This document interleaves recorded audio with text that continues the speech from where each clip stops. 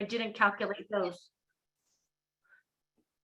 And I don't know about if we are going to be masking outdoors. I know that San Diego Unified started, and that's where a lot of these questions are coming from.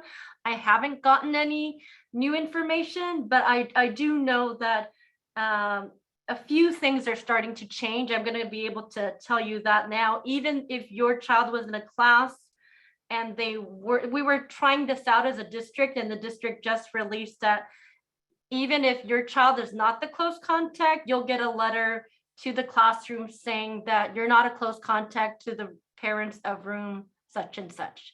So I know that was the big questions.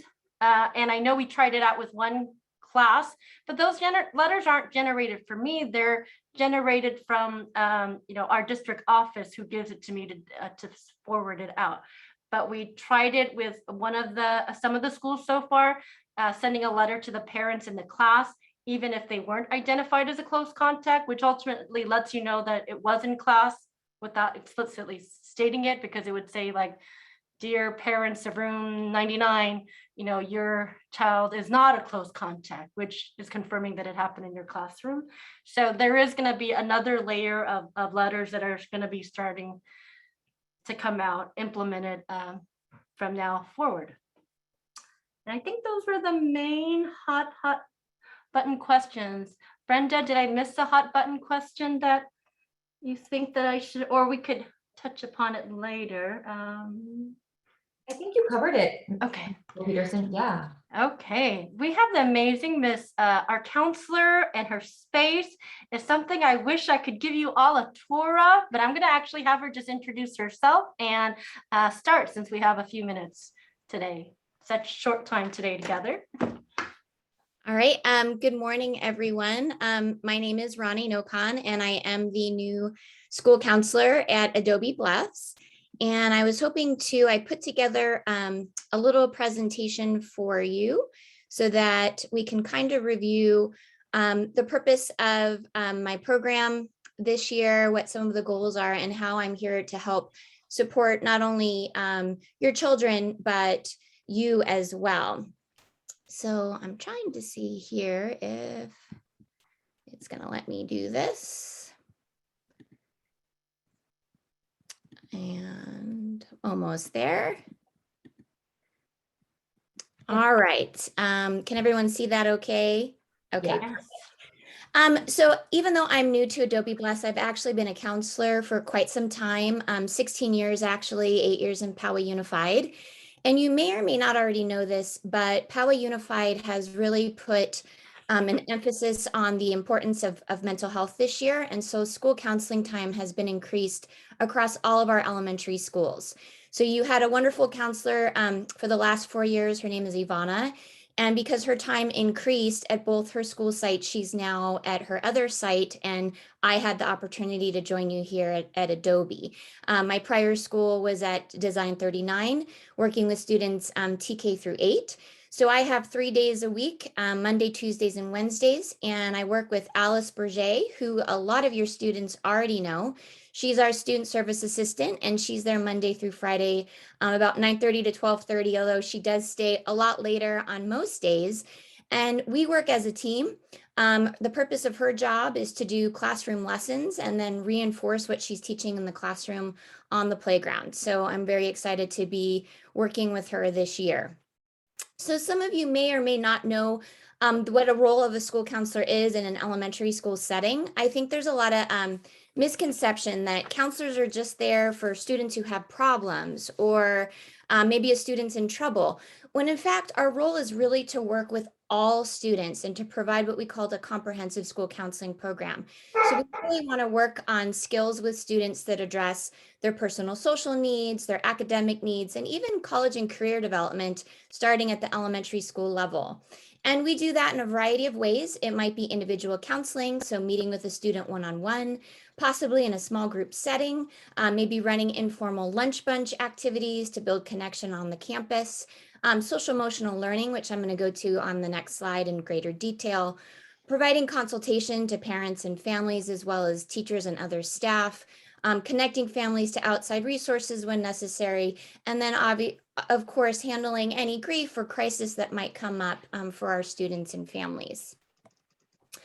So social emotional learning, this has become a more popular term in recent years, and it's something that we really believe in. And basically it's defined as the process through which all young people and adults acquire and apply the knowledge, skills, and attitudes to develop healthy identities, manage emotions, achieve personal and collective goals, feel and show empathy for others, and maintain strong relationships. And so there's so much research out there now that's showing the benefit of social emotional learning in a school setting. So you can see here on this slide, there's improvement in pro-social behavior, attitudes about school, reduction in problem behaviors, reduction in emotional distress, and then increase in academics as well.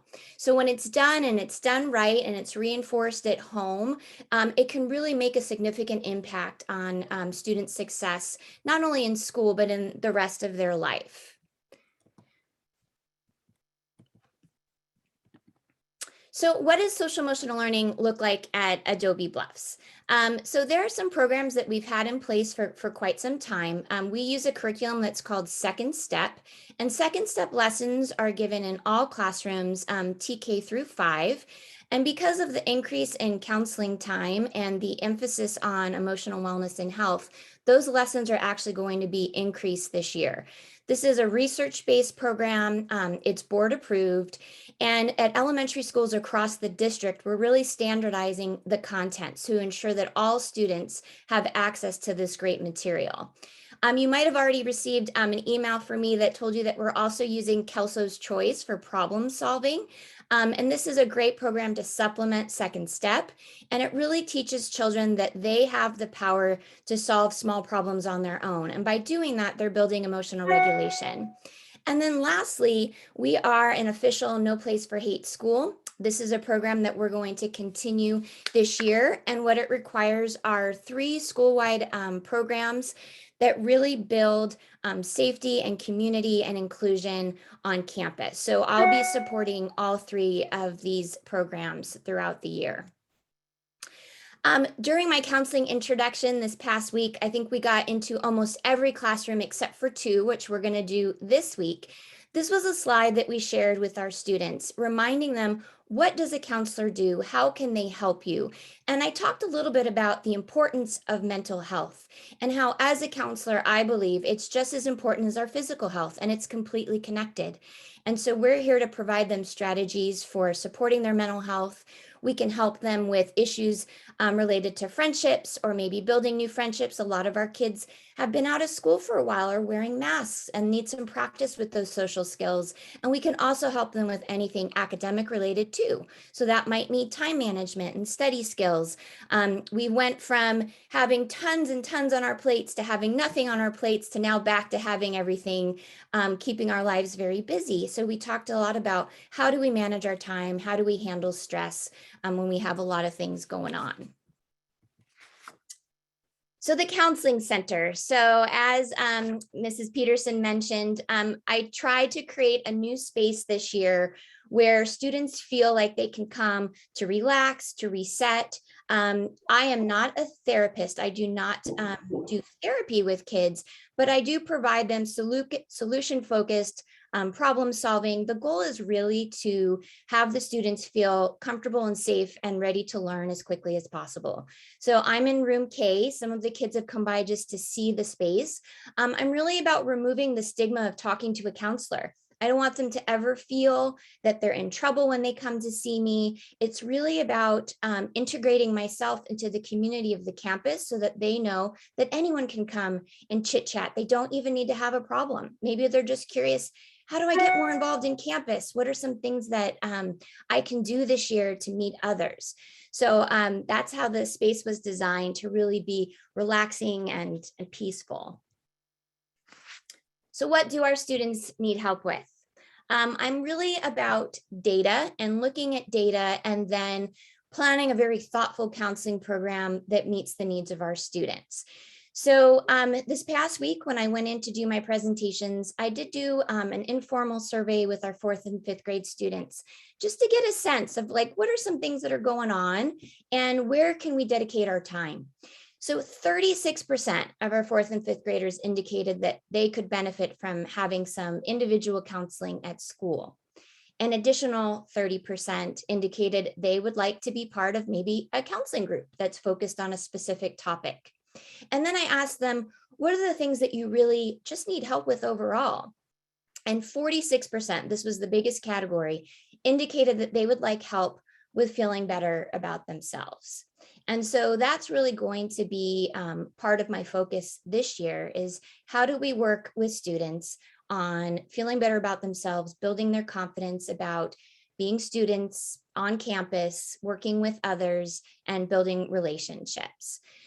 What else might we be seeing? So I think a lot of what our students need help with, they're showing us with their behavior. So symptoms of stress and loss of routine.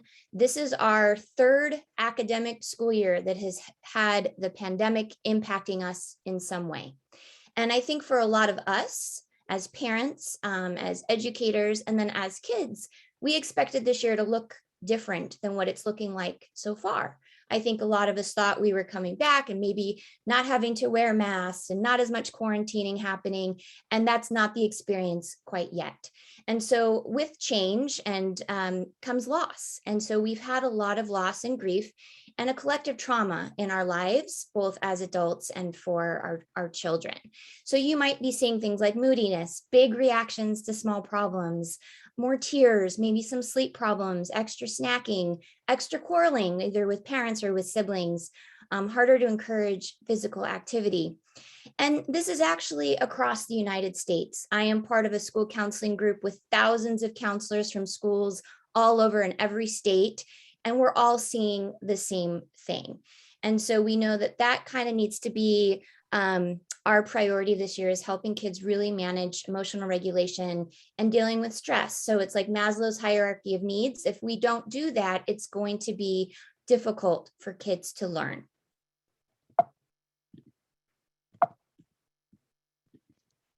So how can parents support their child's emotional wellness? So I wanted to put a plug in.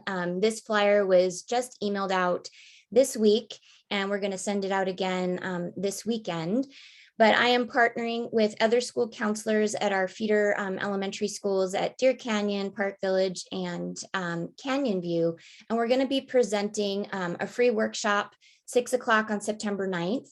Within that flyer that you received, you can go ahead and sign up and you'll get the Zoom link. But it's all about how to support your child's mental health.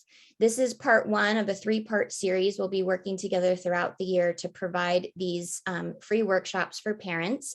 And you can also go to bit.ly Abe's Parent Ed and sign up as well. So I created an easy sign up for you.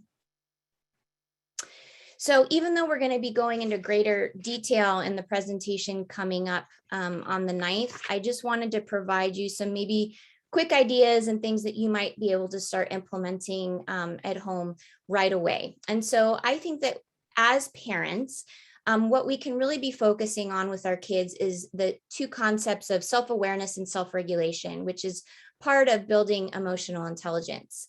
So helping kids become aware of the feelings that they're having in their body and helping them name that feeling. And this even goes for our older students as well.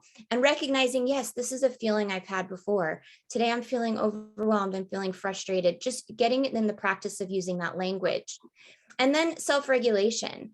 Self-regulation is when we can control our emotions, when we can take a pause and not act impulsively, and that our emotional response is appropriate to the situation at hand. And so one thing that we've been noticing as counselors is it's been harder for kids to self-regulate at school. For some parents, when you get a call home and you're a teacher or another staff member says, you know, your student did this today, you're in shock because you've never seen that behavior at home. And then for others like myself, I see certain behaviors at home. And when I bring it up with the teacher and say, I'm having some behavior problems with my son at home, have you noticed this? They look at me with shock on their face. And so oftentimes kids really do a good job at keeping it together at one place or the other, but they do need to let it out and express their feelings at some point. And so we really want to work on how can they express their feelings in a way that's going to allow them to continue to be successful both at school and at home. So how do we build self-awareness? Parent modeling is an easy one. Using that language as a parent. I felt so frustrated today when Susan at work did this. When they hear you talking about it, they're going to start using that language too. Playing feeling detectives with kids. This is hard because kids are in mass at school. It's harder for them to read other people's expressions. So you can do it at home. You could do it while watching a TV show. How are others feeling when we're watching this show? How do we know what's going on in their facial expression, their body language, their tone? Doing a feelings check-in with your kid. Establishing this is something you do every day, and you can make it fun. One that I like to do is the rose, thorn, and bud from their day. So what was the highlight? What was something that they wish could have gone better? Using language like that, either at breakfast or at dinner time, it just normalizes the conversation around feelings. And then looking at our language and switching our language from what's wrong with you if you see your child come home and they look upset, rather, I notice you seem a little sad. Let's talk about that. And so kids are more likely to open up when you don't ask the questions in a way like what's wrong with you. And then strategies for self-regulation. I really believe that this is only effective when you practice with your children when they're not escalated, when they're not upset. So working with them on recognizing the feelings in their bodies. One thing I did, especially in K2 when I was in their classrooms this week, was talked about feelings and how they can be associated with color. So for some, green, they think of being calm, content, focused; blue, sad or sick; yellow, frustrated; red, angry or overwhelmed. And so helping them to recognize where do they have those feelings in their bodies, what's a color they associate with it. So when they start to escalate, you could say, it looks like you might be moving from green maybe to yellow. Let's talk about that. Sorry, this is not wanting to move forward.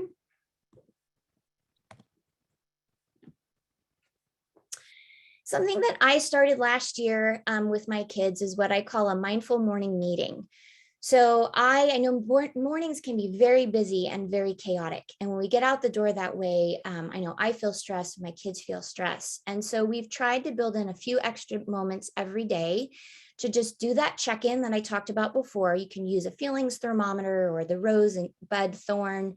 And then we start with like a fun connecting activity. So we might do something like, I'm going to do 3 movements and you do 3 movements. And then we sit back down, we do some breathing, and then we check in again. How do we feel now? It just sets the tone for the whole day, and it's something that's quick and easy to do. Also, creating a calming space in your home. It doesn't have to be a corner or a big space like you see in this picture here. It could be a spot on the stairs, a favorite chair, and adults should use it too. And within that calming space, you can include things like fidgets, a glitter jar, putty, paper cups if they need to smash something when they're feeling upset, and just get out their feelings with movement. And so it can be very simple, or it can be something more elaborate like we showed you. But I think it's really important that we encourage everyone in the family. I'm going to go sit in the calm space right now for a few minutes. So practicing when we're not upset. The other idea is to have a break jar, and it encourages the use of calming tools. And so when someone takes a break, self-initiates and says, I'm going to use the calm corner, we put a ticket in that break jar. And then as a family, when we reach the top of the break jar, what does that look like for the family? What's the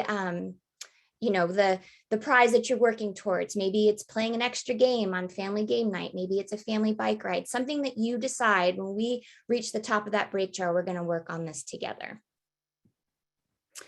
So how do you contact me? For students, I let them know that there's multiple ways. They can let their teacher know, that they can let the office know. For the older students, they can complete a counselor request on their own. So this is an online form, and all the teachers have the address to use. And then for parents, we have a counseling website now. If you go to, and we had one last year as well, but I have one specifically for me. If you go to the Adobe Bluffs website under academics and counseling, you can find it. You can complete a form on my website, or you can, of course, just email me. It's rnocon@powayusd.com. I don't work on Thursdays and Fridays. And so if you send me a message on Thursday or Friday, I'll get back to you first thing on Monday. I have a 24-hour policy that I will get back to you within 24 hours. So that was my presentation. I hope I didn't take up too much time. Okay, there are a couple of questions here, and our counselor and I could work. Will the room teachers be incorporating more social emotional learning in class? I think there's a great partnership that our counselor, Ms. Nocon, has already started, and pieces of the teaching, the learning, the wheel, the Kelso's wheel. We've ordered that for all of our schools, so it's not just a one and done shot and she's gone. It's the constant collaboration. So it's a language that we're building into our school culture this year. Will this presentation be sent out? We are recording this so we can post this, and that's why we ask that you have kids at home running around on your screen, that you turn your cameras off. So thank you. And calming cornered in the classroom. Some teachers have, a lot of the teachers have actually, just because teachers have over the years always built it into that reading center. But I know right now, we're just stepping a little cautiously because we are trying to, even though cohorting isn't mandated right now, I know a lot of teachers are really working hard to put kids in their groups or their table groups at most of the times in the classroom. But I do know that a lot of our teachers are building some of that into their classroom.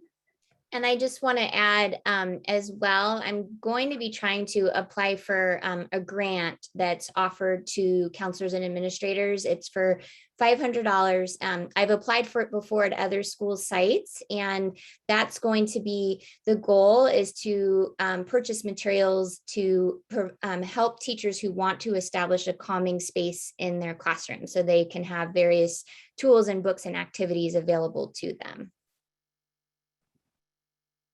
And just to add to that, I love that, just being part of the PTA, those are some of the things that we want to learn more about so we can have feedback. And it would be great, we support teachers with literacy and science grants. It would be great if we could also extend that grant and support our teachers with social emotional well-being resources. And what I really particularly have admired this year in this short time of partnership with Ronnie and myself, the whole 2.5 weeks so far, 3 weeks maybe, is that we really worked to keep our counseling space central in the center of the school, not off to the side, so that it just has to be easily accessible. Kids walk by, ask, oh, what's that room? And they have been, which is great. It starts some natural conversations. The other thing that Ronnie is an expert at is just looking at data. So we have decided to plan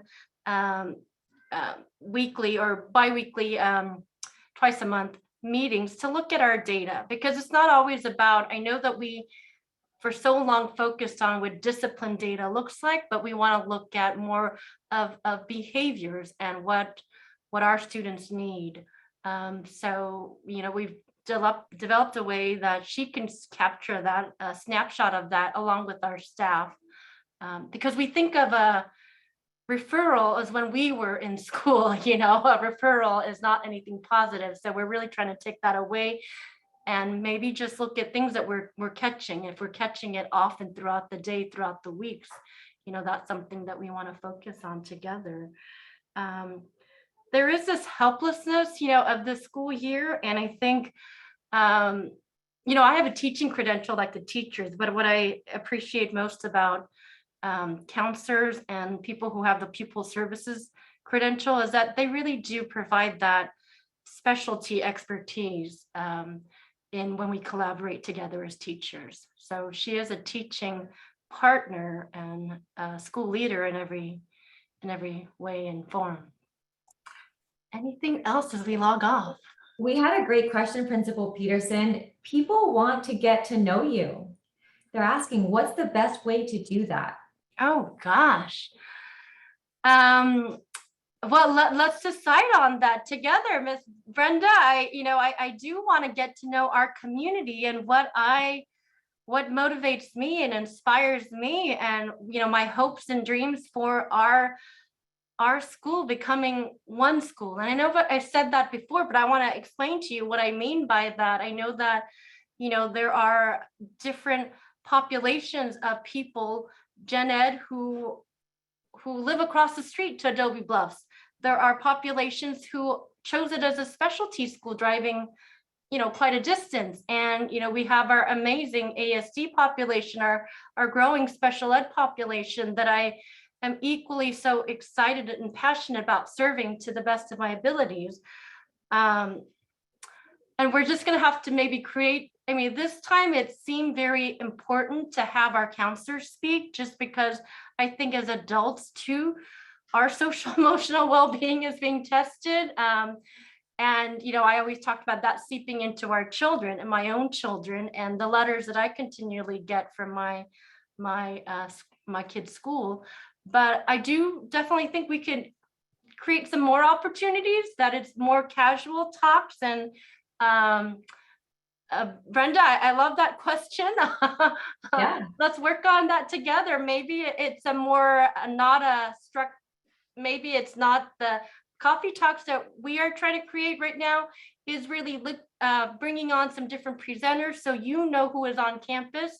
But I can definitely schedule some more that are just more about my philosophy and my educational journey. This is 24 years, and now I've been in a school setting as a teacher, then as a vice principal, a consultant, a director here, and now a principal.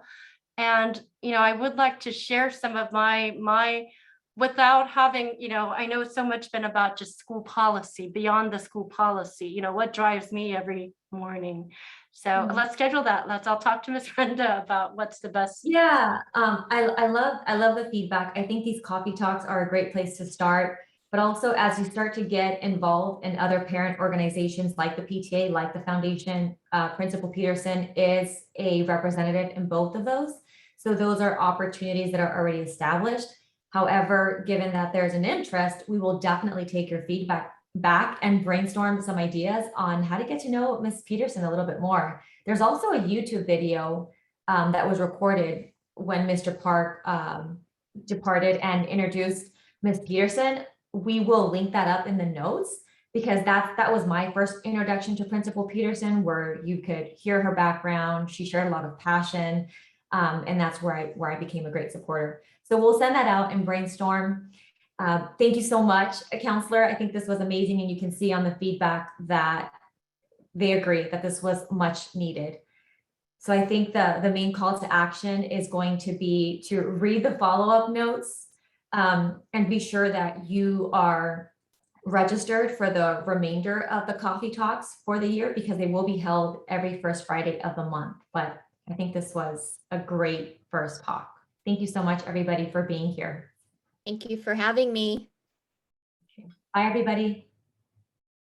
Hi, thank you for joining us. Thank you.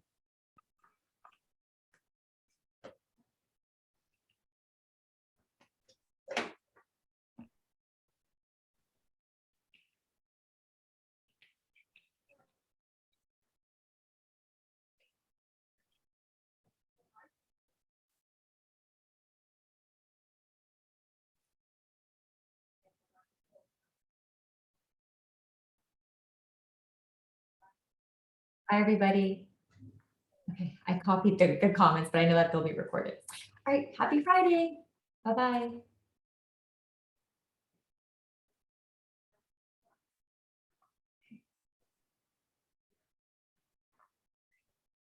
Thank you, Principal Peterson. I'm going to log off. Bye-bye.